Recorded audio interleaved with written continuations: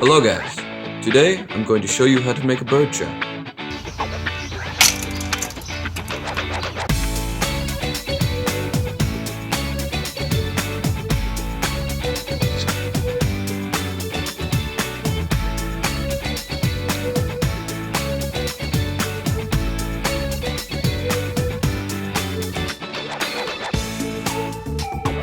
Block off other entrances and put the trap in the last entrance remaining.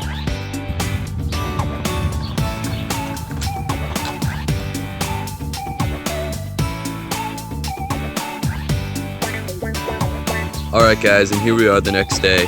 I was a little bit hesitant with this one, but in the end it actually worked and I'm really happy with the results. Bada bing, bada boom. We caught ourselves a bird. The red in the bottom is a strawberry, not blood.